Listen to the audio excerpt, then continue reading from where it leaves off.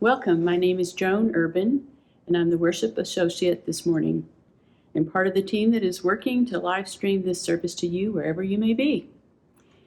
We are an inclusive congregation that welcomes you as you are, inclusive of all your identities, complexities, and situations.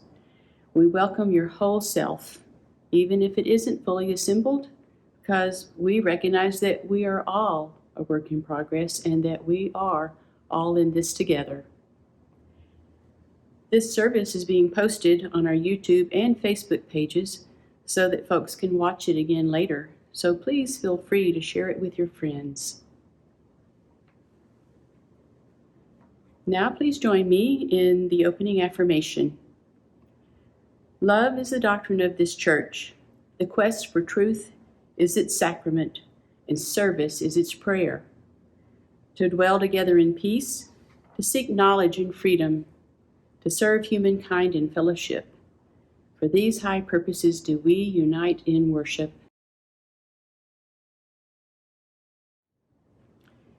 The Chalice Lighting this morning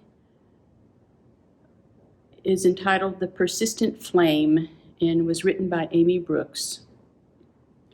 Even as the days grow shorter, and our wicks burn lower, and our will to endure flickers, we light this chalice to kindle a flame of warmth as a reminder of the connection that draws us in to a community that opens us up in gratitude for the breath in our lungs, for gratitude, for the love in our hearts, for gratitude, for the gift of this day, alive in gratitude.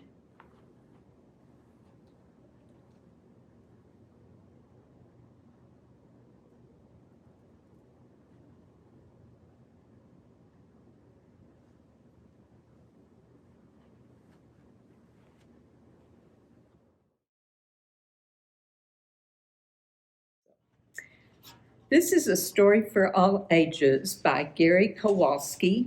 He's a Unitarian minister, Unitarian Universalist minister, and author of many books.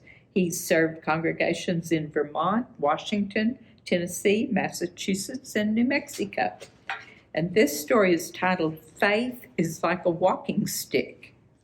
So we need to think about the word faith. What does faith mean? One definition is just complete trust or confidence in someone or something.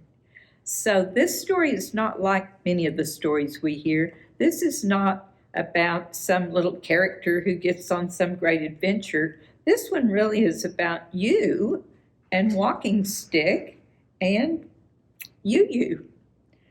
How many of you like to go hiking? I have a number of, this is Gary talking, this is not me. How many of you like to go hiking? I have a number of walks nearby that I like. Hunger Mountain, Snake Mountain, and others. Or if we don't want to drive, my wife and I just go down to our local park where in just a few steps you can forget you're in the city. Sometimes we bring our dog Smokey along, and Smokey isn't as strong or fast as he used to be, but that's okay because I'm not as young or fast as I used to be either, and Smokey reminds me to slow down. A walk in the woods isn't a race after all. It's not about seeing how fast you can go or how quickly you can get to the end of the trail. A walk can be like a meditation. a series of moments to be aware of all the sights and sounds along the way. If you're in too big a hurry, you forget to hear the birds sing and might not see that little mushroom growing under the tree, the one with the yellow cap. But even when you take your time, a walk can sometimes be tough going. What if it starts to rain? And what if there's a wet, soggy, boggy place where the stepping stones are few and far between? Well, in those cases, I've found a couple of things that help. First of all, it helps to have a friend or two along, because then even if it starts to pour and the raindrops are trickling down your nose, you can always sing a song together. And it's hard to feel sorry for yourself when you're singing an old Beatles song. And for those soggy, boggy places, if you can't have a friend along, there's nothing like a walking stick, which helps you keep your balance. And whether you're walking uphill or down, makes you a little steadier on your legs. Walking sticks make me think about our faith, Unitarian Universalism, which is a little different from other religions. Because for us, life is like a long walk or a journey. It starts when we're little children and just learning about our world, and then grows as we grow. With each step, we're always gathering more information and gaining more experiences, finding out about ourselves, and as we explore, our beliefs change. The things we might imagine might be true when we're 6 years old are different from the dreams we have when we're 60. And none of us is just certain where or how the trail ends or what we'll find when we finally reach the mountaintop. But we know that other people have walked this way before, and that gives us the hope and courage to continue on the adventure. Now, just like on a long trail, life sometimes gets a little tough and can even be scary. And that's why it helps to have friends and a spiritual community like this one. And at times we start to lose our balance and begin to fall down. And then it's handy to have a walking stick along. Unitarian Universalism, our religion, is like a walking stick. It's not a religion that solves all our problems. It's not a religion that can magically lift us over the muddy places. It's not a religion that spares us the necessity to dig deep and struggle when there's a big boulder we have to climb over or other challenges come along. But it is a religion that can help us keep our equilibrium, that helps us keep our feet on the ground, which reminds us when the going gets hard that each of us is strong, each of us is resilient, each of us is capable, however we identify our gender, our ethnicity, our race, whether we're big or little. And Unitarian Universalism is a faith that encourages each one of us to find and make our own beliefs, not a one-size-fits-all religion, but one we constantly tool and retool as we go. So that is my personal walking stick. It even has my initials on it, but each of you will have the opportunity to make your own stick, just the right size and weight, the right thickness so you can have a firm grip to help you go wherever you need to go. And as Unitarian Universalists, you too can find and make a religion you can call your own.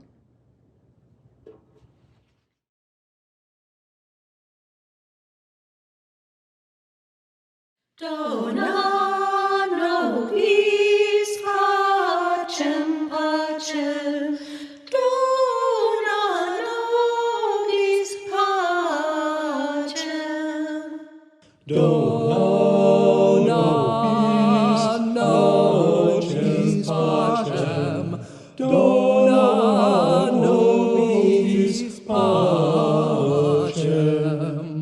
dona nobis pacem, pacem, dona nobis pacem, dona nobis pacem.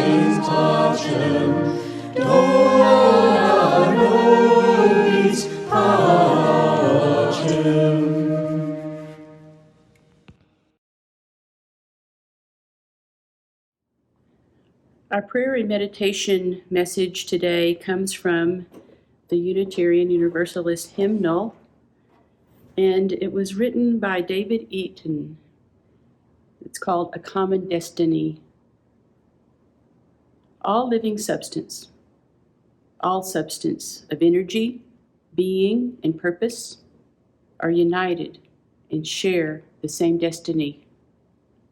All people, those we love and those we know not of, are united and share the same destiny. Birth to death.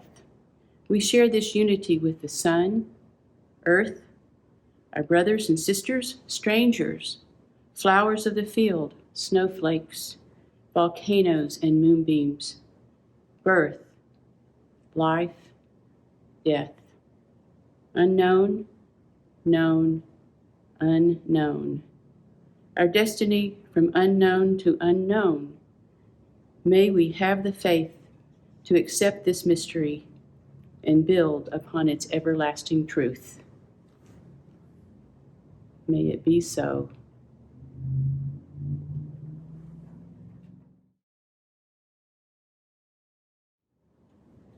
Janda Raker will now present today's reading. The reading for today is called The Grout by Marcus Hartleaf. He is an intern minister at the Unitarian Universalist Church of Berkeley, California, and a seminarian at Star King School for the Ministry. This is Marcus talking. The Unitarian Universalist congregation where I served as an intern made a mosaic tree of life the summer before I arrived. Congregants of all ages came together to craft the tree's leaves using bits and pieces of broken ceramics, jewelry, glass, and stone. There are many precious personal items in the tree, including fragments of the Berlin Wall, a father's watch face, pieces of great-grandmother's china, and a key to the front door of a loved home. Like the members of the community that brought them together, each part is imbued with memories and meaning. Each fragment holds a piece of truth. Unitarian Universalists are mosaic makers. We are a people who bring together the broken pieces of our histories and the shining pieces of our seeking, and piece by piece create a mosaic religion. Our tree of life is found in the stories of our living tradition. The bead from a transformational moment of worship at a youth conference. The bit of paper stamped with the blazing emblem of the Unitarian Service Committee that saved lives during World War II. The button or patch on a backpack that proudly proclaims the first justice issue that lit our souls on fire. But our mosaic making tells another story too, one that is often more difficult to see, one that is essential to the purpose of religious community, one that lies not in the beautiful and broken bits and pieces, but in the grout. Grout, the chalky, gritty stuff that is squeezed between the cracks of tiles. In a mosaic, the grout holds the image together, unifying disparate pieces into a whole. The grout of a community takes years to lay and settle. Grout happens in board meetings and committee meetings and endless emails and slow-moving institutions. It is in weekly potlucks shared by neighbors, a ride to church, and coffee in the social hall after worship. While the folks who show up for church only on Christmas and Easter will hopefully enjoy the beauty of the mosaic they find, they may never know the power of the grout that holds us through all the seasons of life. We help to make the grout when we learn each other's names and when we reach out across generational divides. We help to make the grout when we show up on Sunday morning without having checked first to see if we're interested in the sermon topic. When a newborn arrives to be blessed by the community, it is the grout that enables us to welcome them. And it is in the grout that we rest when we gather to grieve and memorialize a beloved one who has died. Hold us, O grout. Gather us in through time and space and make all our broken pieces whole in community. In our multiplicity, make us one. From each of our jagged edges, give us the shape of a communal beauty.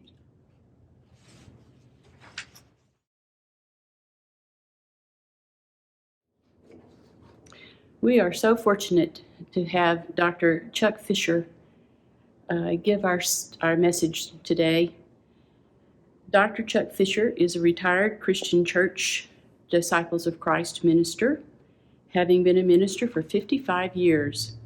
After being active in the Panhandle area's Christian Church of the Southwest, he helped start Chalice Abbey in 2012 as a means to promote fair trade retail practices, as well as reach out to folks who were looking for a place to gather in a spiritual contemplation setting. Chalice Abbey is a recognized congregation of Disciples of Christ Church. Thank you, Dr. Fisher.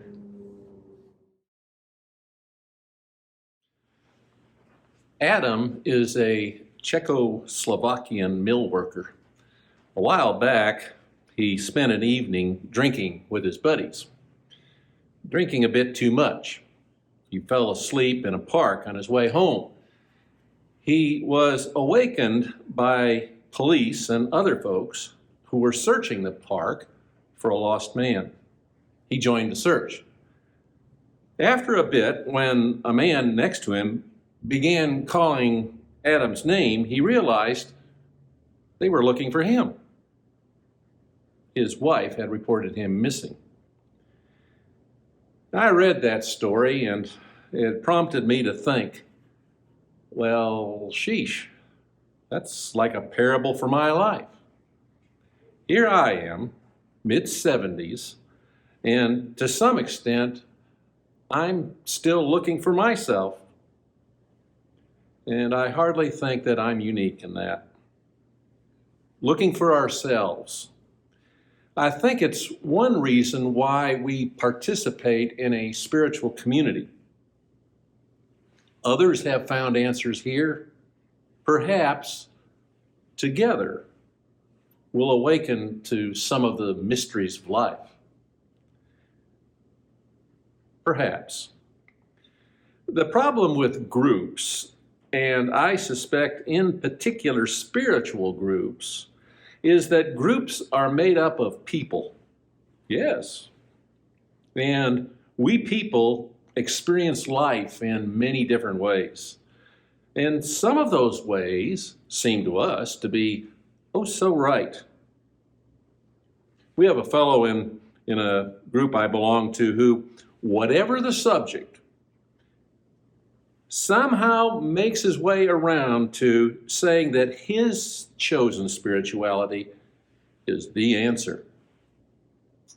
I don't know about you, but I find people who think they know everything annoying to those of us who actually do. Well, it's our group, our tribe, our spiritual community. They influence how we experience life, for the good or the less good. What about my tribe? I read a book recently that had these words as its opening. No matter how bad you think things are, they're worse.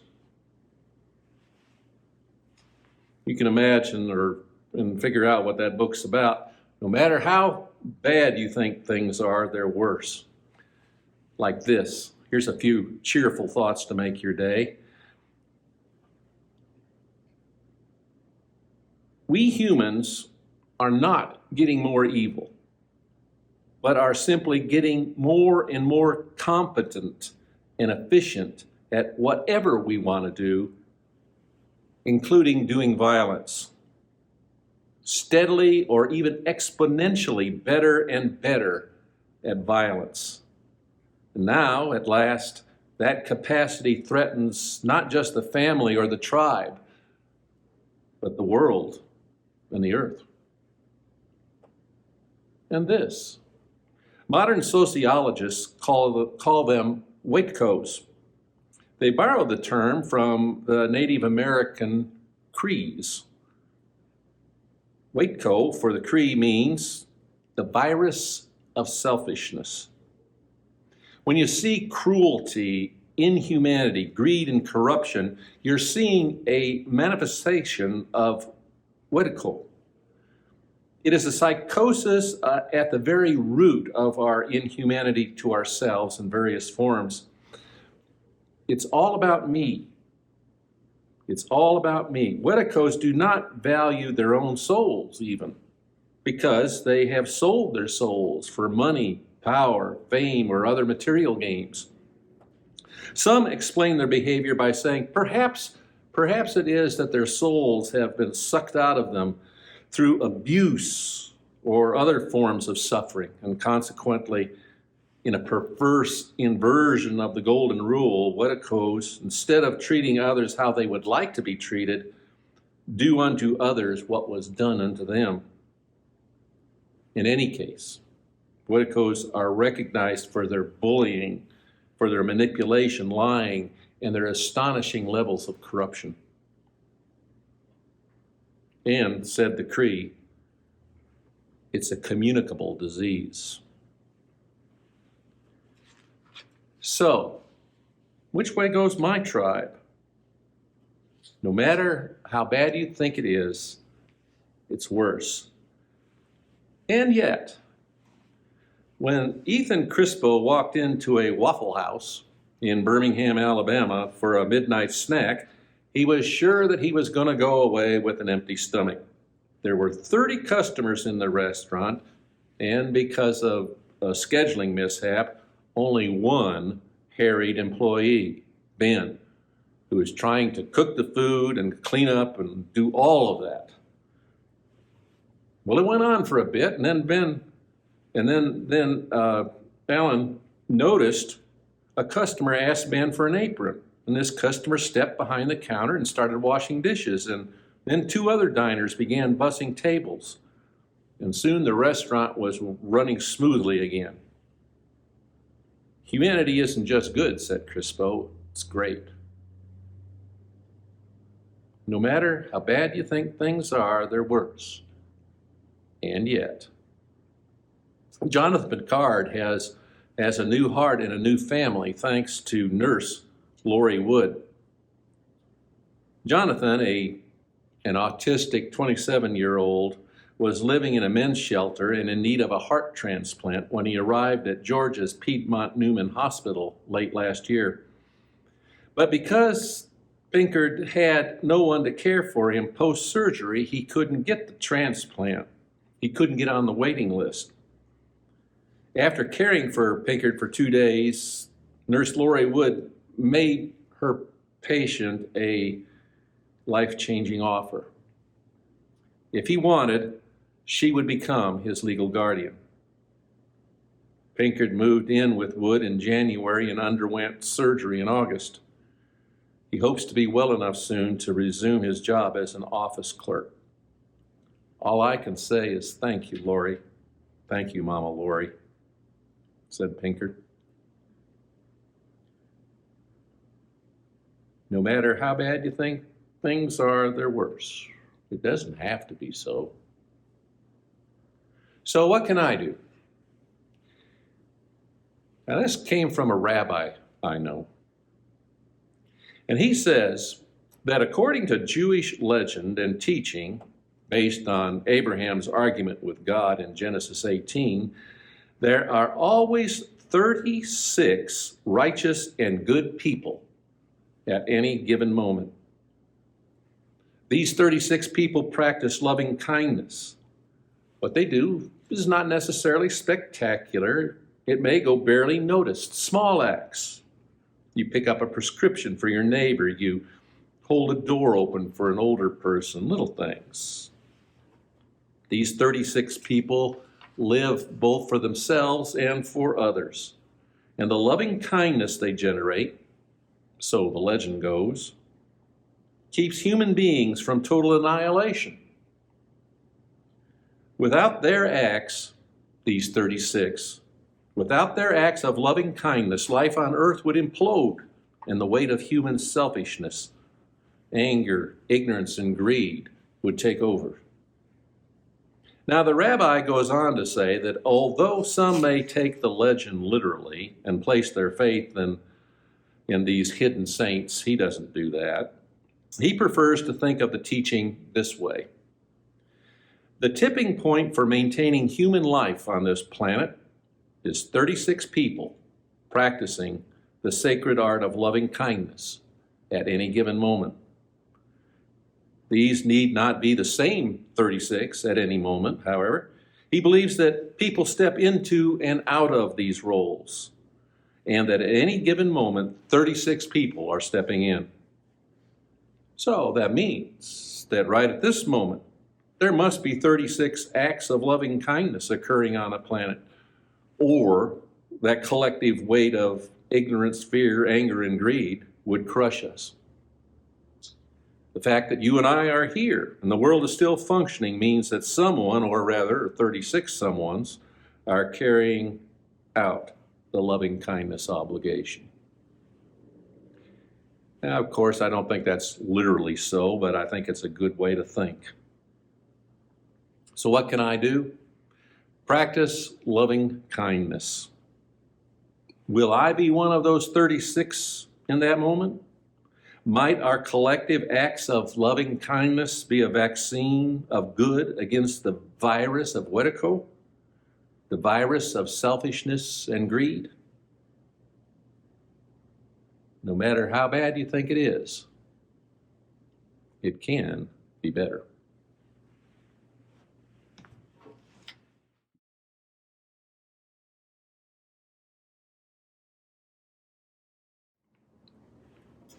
At this time in our service, we recognize the joys and concerns of the community. Because this service has been pre-recorded several weeks early, I don't have any current joys and concerns to give you today, but I will light a candle for all the joys and concerns that are out there, and hoping that all of you know that we wish your joys to be multiplied and your concerns lightened.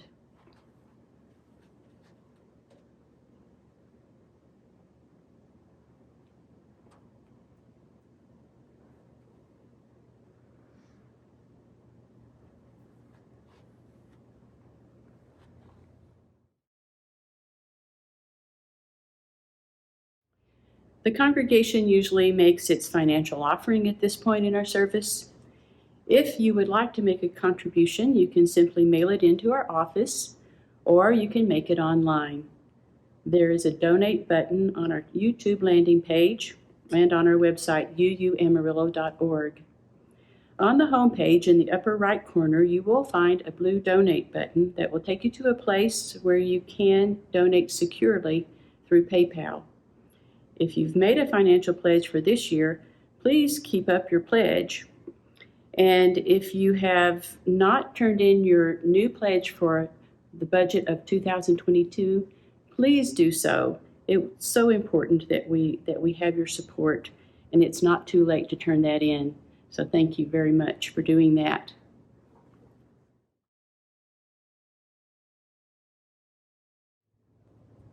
While we are not meeting in person for our 11 o'clock service, some groups are still meeting.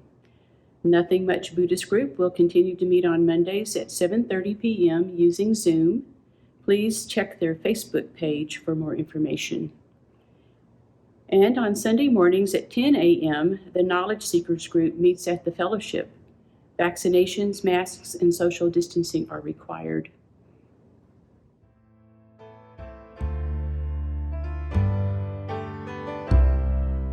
Spirit of life, come unto me. Sing in my heart all the stirrings of compassion. Blow in the wind, rise in the sea, move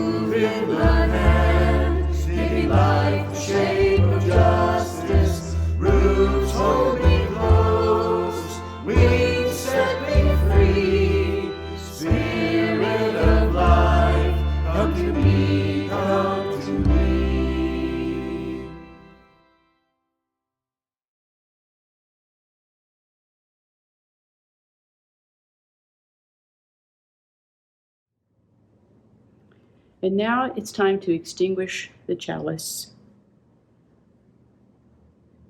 This is the message of our faith: to act with passion in the face of injustice, to love with courage in the midst of life's pain. This is the meaning of our chalice flame. May it empower our hearts until we are together again.